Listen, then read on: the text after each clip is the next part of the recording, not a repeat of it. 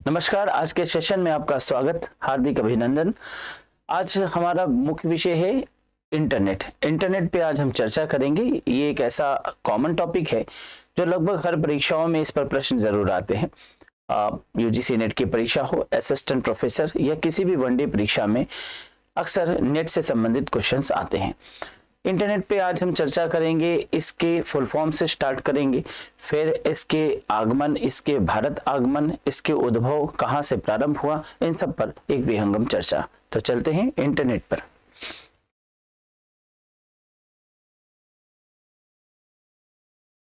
सबसे पहले इसके फुल फॉर्म की बात करेंगे तो इसका फुल फॉर्म है international network. International network short में इसे इंटरनेट कहा जाता है।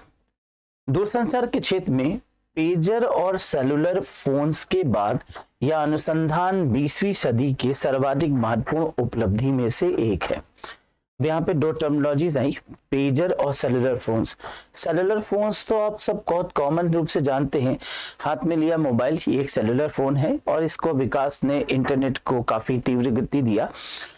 लेकिन पेजर क्या था, इसके विषय में तो जाहिर सी बात है बहुत कम लोग, या यूं कहा जाए कुछ समय के लिए मार्केट में आया और बस इससे पहले कि आगे बढ़ पाता कि सेलुलर फोन्स, मोबाइल फोन्स ने अपना हाथ इतना ज्यादा प्रचलन में आ गया कि पेजर को हम लोग ज्यादा ध्यान नहीं दे पाए।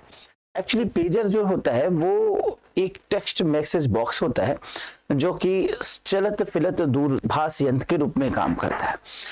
तो अच्छे से आपको अगर याद हो, 20 से 25 साल पहले की स्थिति के अनुसार उस समय मोबाइल टेक्नोलॉजीज कॉमन नहीं थे और लोगों के घर में डब्बा वाला फोन हुआ करता था जो बीएसएनएल के द्वारा, सरकारी तंत्र द्वारा मिलता था। फोन के लिए भी बड़ी लंबी लाइन लगती थी, महीनों सालों भी कभी कई बार लग जाता था जब एक फोन लगता था।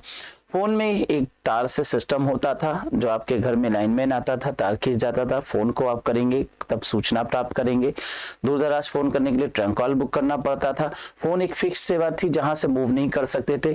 कभी कभार थोड़ा बहुत तार लंबा करके एक कमरे से 2 कमरे, दूसरे कमरे तक फोन को ले जाया जा सकता था। तो एक कॉमन सी प्रक्रिया थी, टेलीफोन इस तरह से प्रयोग होता था।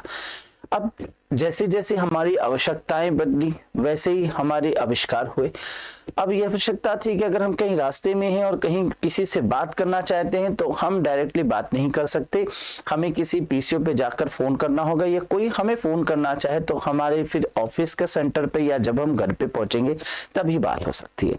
तो रास्ते में बात करने के दृष्टिकोण से, चलते फिरते बात करने के दृष्टिकोण से चलत फिरत दूरभाष यंत्र का विकास यानी मोबाइल का हुआ। लेकिन मोबाइल के आने से पहले बीच की एक अवस्था में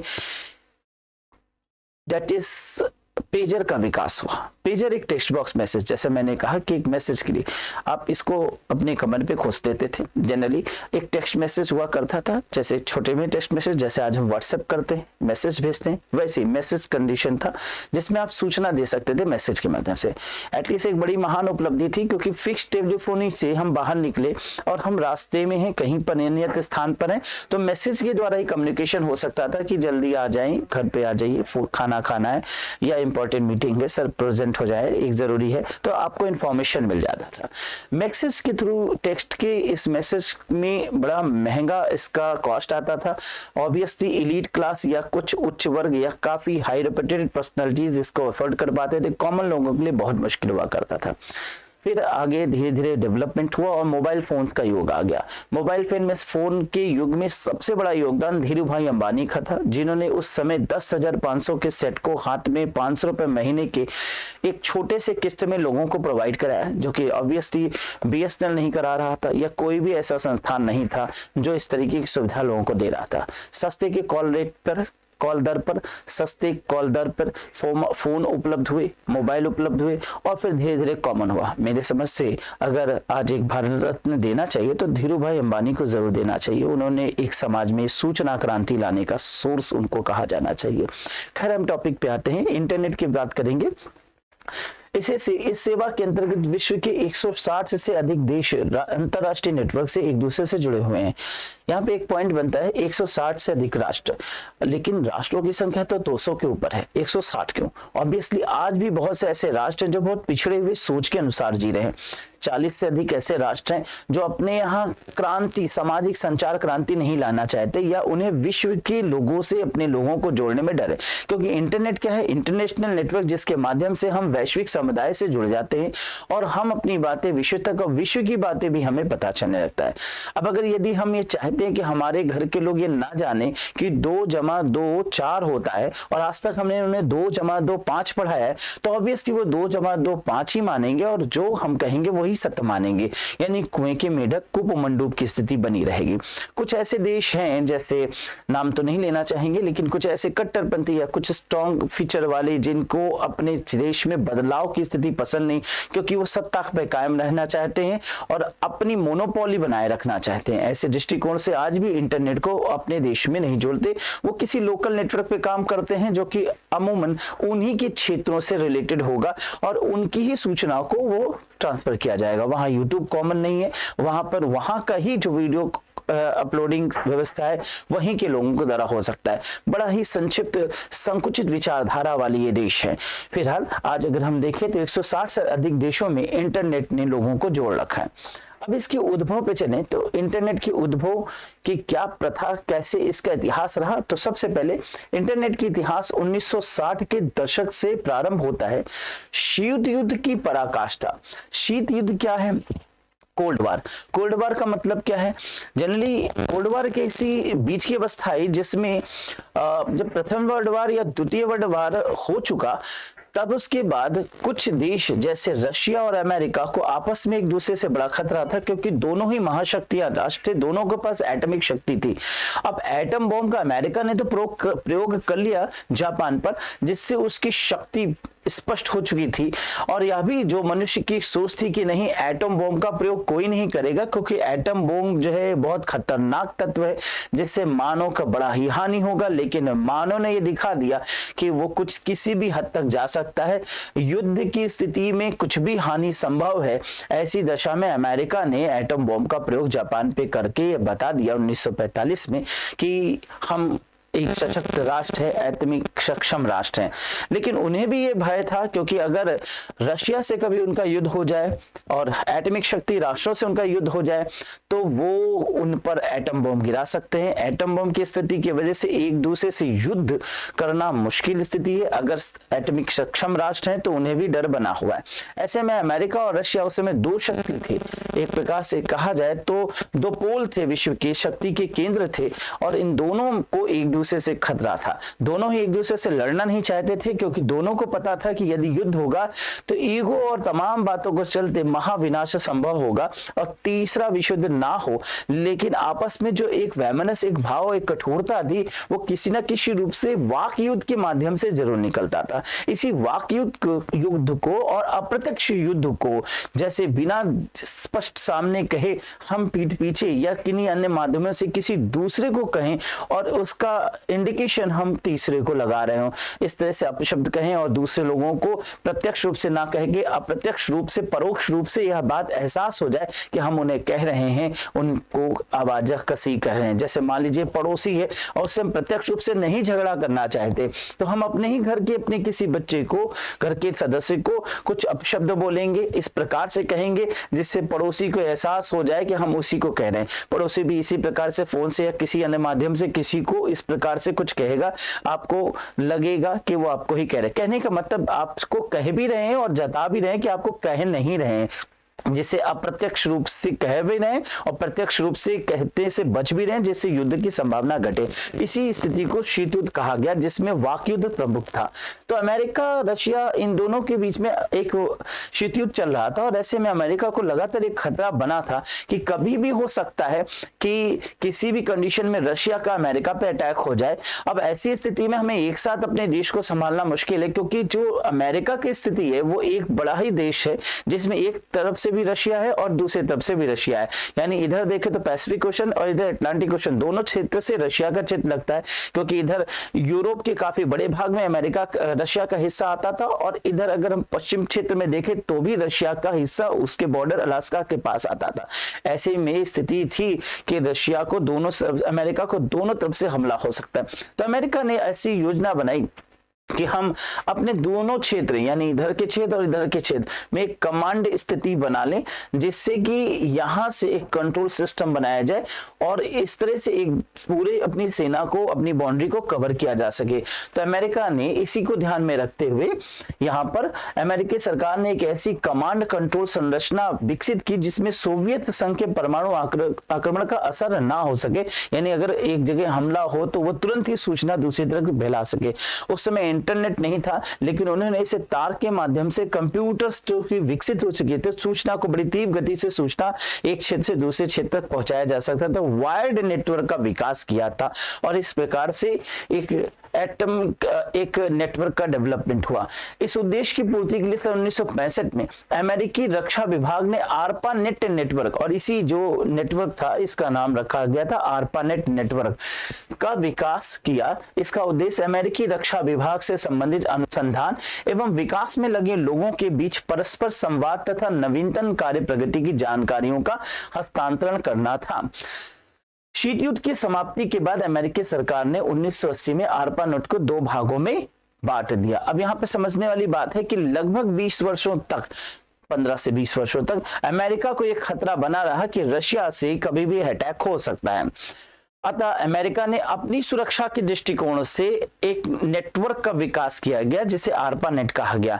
ध्यान रहे, इस प्रकार एक क्वेश्चन बनता है कि इंटरनेट का सर्वप्रथम विकास कहां हुआ, तो रक्षा के क्षेत्र में हुआ। यूजीसी नेट की परीक्षा में ऐसा प्रश्न आया है और कई अन्य परीक्षाओं में भी ये पूछा गया है कि इंटरनेट का सर्वाधिक प्रयोग सर्वप्रथम कहां हुआ, तो सर्वप्रथम इसका प्रयोग रक्षा विभाग में हुआ। भारत में भी हुआ और वहां पर भी हुआ, अमेरिका में भी। अभी भारत पे आएंगे, पहले अमेरिका की बात कर लें। तो अमेरिका में लगभग 20 वर्षों तक, 15 से 20 वर्षों तक अभी इंटरनेट का प्रयोग जो हो रहा था वो आरपानेट के रूप में हो रहा था और रक्षा विभाग के अंतर्गत हो रहा था, वहां के मिलिट्री और डिफेंसेस में हो रहा था। आगे 1980 के दशक में अब शीत युद्ध की समाप्ति, यानी एक ऑब्वियसली संघर्ष कितने दिन रहेगा, 5 साल, 10 साल, 15 साल, 20 साल। इसके बाद ऑब्वियसली एक दिन के बाद संघर्ष समाप्त हो जाएगा। संघर्ष हमेशा समाज में नहीं रहेगा, ये नोटिस है कि संघर्ष एक समय के बाद समाप्त हो जाएगा, चाहे वो समझौते के रूप में हो जाए, चाहे एक व्यक्ति की आधिपत्य के रूप में हो जाए, एक देश के आधिपत्य के रूप में हो जाए। ऑब्वियसली दोनों देश एक दूसरे से इस प्रकार से कोल्ड वॉर कर रहे थे, लेकिन काफी समय के बाद उन्हें एहसास हुआ कि ना हम युद्ध करना चाहते, ना वो युद्ध करना चाहते, युद्ध कोई नहीं चाहता है और युद्ध होने की संभावनाएं अब नहीं है, अतः आपस में समझौते कर लिया जाए। और इस समझौते के फलस्वरूप उन्होंने अपने यहाँ जो डेवलपमेंट इंटरनेट का आरपानेट का किया था उसका स्वरूप फिर विस्तारित करना शुरू किया। एक का उपयोग, हाँ यहाँ पे मैंने बताया कि आरपानेट को 2 भागों में उन्होंने बांट दिया। एक का उपयोग सैन्य क्रियाकलापों के लिए और दूसरे का उपयोग इंटरनेट के नाम से निरूपित किया गया। ऑब्वियसली यहाँ से इंटरनेट की शुरुआत हुआ। आरपानेट को पहले उन्होंने रक्षा विभाग के अंतर्गत रखा, आगे चल के इसे इंटरनेट के रूप में नाम दे दिया गया। आरपानेट का फुल फॉर्म देख ले तो आरपानेट का फुल फॉर्म था advance research project agency network. क्या था? Advance research project agency network. फिर से एक बार, advance research project agency network. ARPANET ये पैकेट स्विचिंग का एक पहला नेटवर्क था। पैकेट स्विचिंग मतलब जैसे इंफॉर्मेशंस को फोटोन्स के रूप में भेजा जाना, जिसमें इलेक्ट्रिक सिग्नल्स के माध्यम से सूचना को पहुंचाया जा सके, तो पैकेट स्विचिंग कहेंगे। विश्व में सर्वप्रथम कंप्यूटर नेटवर्क फॉर्मूला का विकास निम्न कंप्यूटर वैज्ञानिकों द्वारा किया गया। महत्वपूर्ण बिंदु है, ये कंप्यूटर वैज्ञानिक थे जिन्होंने कंप्यूटर नेटवर्क फॉर्मूला का विकास किया, जिसे JCR, लिकलाइंडर, बोल्ट, बर्नविक और न्यूमैन, इन 3 लोगों का नाम है, जिन्हें संयुक्त रूप से BBN कहा जाता है। That is B for Bolt, B for Beranek, B for Newman, BBN कहा जाता है। वर्ष 1989 में टिम बर्नर्स-ली ने वर्ल्ड वाइड वेब का निर्माण किया। इस निर्माण ने इंटरनेट को काफी लोकप्रिय बना दिया, क्योंकि इसके प्रयोग से उपयोगकर्ता जटिल कंप्यूटर कमांडों के बिना एक पेज से दूसरे पेज तक जा सकते थे। देखिए समय बदला, अभी इंटरनेट का प्रयोग एज एन आरपानेट के रूप में रिसर्च में किया जा रहा था। 80 के दशक के बाद अमेरिका ने फील किया कि अब हमें अपने इस नेटवर्क का प्रयोग इंटरनेशनली करना चाहिए।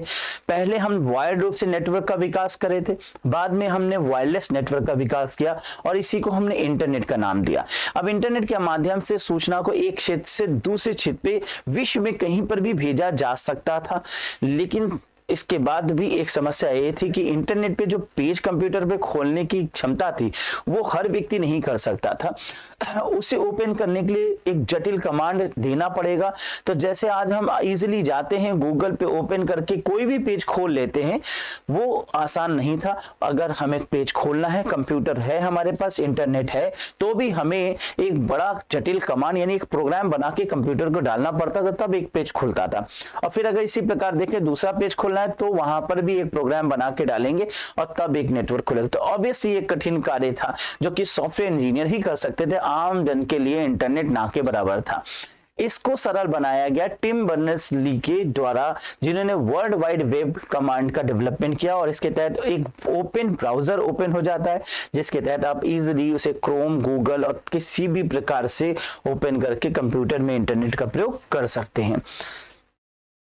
इंटरनेट पर कार्य करने और उसे सूचना एकत्रित करने के कार्य को सर्फिंग कहते हैं। तो इंफॉर्मेशन कलेक्ट करना या इंटरनेट पे वर्क करना सिर्फ सर्फिंग है, ठीक है। इसके बाद इंटरनेट पर सूचना डालने के लिए जिस सॉफ्टवेयर की आवश्यकता होती है उसे ब्राउजर कहते हैं। तो जैसे हम क्रोम है उसका प्रयोग कर रहे हैं, गूगल का प्रयोग कर रहे हैं, तो ये हमारा क्या है, ब्राउजर है। इंटरनेट को सूचना राजपथ की संज्ञा से निरूपित किया जाता है। इसे हम इंफॉर्मेशन हाईवे भी कहते हैं। काफी बड़ी पैमाने पे इंफॉर्मेशन को एक क्षेत्र से दूसरे क्षेत्र तक पहुंचाना। भारत में इंटरनेट की, अब यहाँ पर तो इंटरनेट की पूरी बातें समाप्त होगी, लेकिन अब चर्चा करते हैं कि भारत में इंटरनेट का विकास कैसे हुआ और क्या क्या चीजें इसके पीछे क्या स्टोरी रही, कैसे भारत में इंटरनेट का आगमन होता है।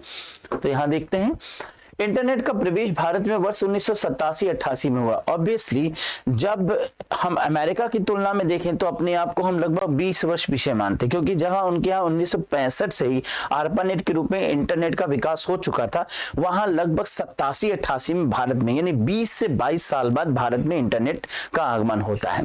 परंतु जन सामान्य के लिए सुविधा को Videsh Sanchar Nigam limited, VSNL, not BSNL, VSNL है, VSNL, Videsh Sanchar Nigam limited, VSNL द्वारा गेटवे इंटरनेट सेवा के रूप में 15 अगस्त 1995 को प्रारंभ किया गया। तो भारत में आने के भी लगभग 8-9 साल बाद ही इंटरनेट कॉमन हो सका, आम जन के लिए हो सका, गेटवे ओपन हो सका, यानी कि इंटरनेट का प्रयोग अब आम जन कर सकते थे। निजी क्षेत्र की कंपनी सत्यम इन्फो ने 21 नवंबर 1998 में इंटरनेट सेवा का शुभारंभ किया। अब इतिहास के क्रम में आगे बढ़ने, धीरे धीरे फैक्ट में आ जा रहे हैं। तो फैक्ट में देखें तो सबसे पहले BSNL जो एक सार्वजनिक क्षेत्र की कंपनी थी, सरकारी उपक्रम था, आगे चल के प्राइवेट पहली कंपनी यानी पहली प्राइवेट कंपनी कौन सी है, सत्यम इन्फो, जिसने 1998 में इंटरनेट को कॉमन किया और लोगों के लिए इंटरनेट को सुलभ बनाया, शुभारंभ किया। यह BSNL के बाद दूसरी और निजी क्षेत्र की पहली कंपनी बन गई। तदुपरांत लगभग 10 वर्षों तक भारत में इंटरनेट की गति मंद रही, परंतु सन 2010 में भारतीय सरकार द्वारा 3G स्पेक्ट्रम और 4G स्पेक्ट्रम वायरलेस ब्रॉडबैंड सेवा की शुभारंभ के साथ इसमें अपूर्व प्रगति दर्ज की गई। अब 3G स्पेक्ट्रम, 4G स्पेक्ट्रम यानी कि इंटरनेट की गति तीव्र हो गई। अगर हम 2010 के पहले की स्थिति देखें तो इंटरनेट बस केवल सर्फिंग के लिए था। सर्फिंग मतलब उस पर कोई सूचना कलेक्ट करना, सूचना डालना, मेल वगैरह देखना, इससे ज्यादा कुछ नहीं। लेकिन जब 3G नेटवर्क आगे चल के 4G नेटवर्क का डेवलप हुआ, 3G नेटवर्क में ही वीडियो वगैरह हम डाउनलोड करना शुरू कर दिए। अब वीडियो डाउनलोड होता था, बफर करते हुए होता था, लेकिन एक बार डाउनलोड हो जाने के बाद हम वीडियो को इजीली देख सकते थे। तो ये महान क्रांति थी, क्योंकि ऑब्वियसली अभी वीडियो देखने का मतलब लोगों के पास VCR होना चाहिए था। VCR सबके लिए सरल नहीं था। कोई व्यक्ति भाड़े पे VCR लेता था, रात भर लोग उसमें फिल्म देखते थे और एंजॉय करते थे। और फिर इस प्रकार से वीडियो देखना, शादी का वीडियो देखना या किसी भी प्रकार का वीडियो देखने के लिए VCR का अरेंज करना पड़ता था, जो महंगा प्रोजेक्ट हुआ करता था। अब आम जन किसी फिल्म का गाना डाउनलोड कर सकता था कंप्यूटर के माध्यम से और कंप्यूटर पे CD लगा के देख भी सकता था। तो अगर हमें कंप्यूटर को ऑनलाइन रूप से किसी गाने को सुनना है या किसी प्रकार के वीडियो को देखना है तो ओपन हो हो जाता था, लेकिन ये बफर करते हुए धीरे धीरे 3G नेटवर्क और 4G नेटवर्क आते ही ये बहुत तीव्र हो गया, और जिसके साथ ही कंप्यूटर एक लोकप्रिय जो है एप्लीकेशन बन गया, ये कहिए कि लोकप्रिय अवतार बन गया और लोगों के लिए बहुत कॉमन हो गया। फिर कंप्यूटर को लोग इसी पर्पस के लिए भी खरीदने लगे, जैसे टीवी वैसे कंप्यूटर। टीवी से ज्यादा, क्योंकि इसमें हम इंटरनेट के माध्यम से गाने को डाउनलोड कर सकते हैं, वीडियोस को देख सकते हैं। फिर यूट्यूब का जमाना आ गया, यूट्यूब के माध्यम से हम इसमें वीडियोस देख सकते हैं और तमाम सामग्रियां बहुत ईजी हो गई।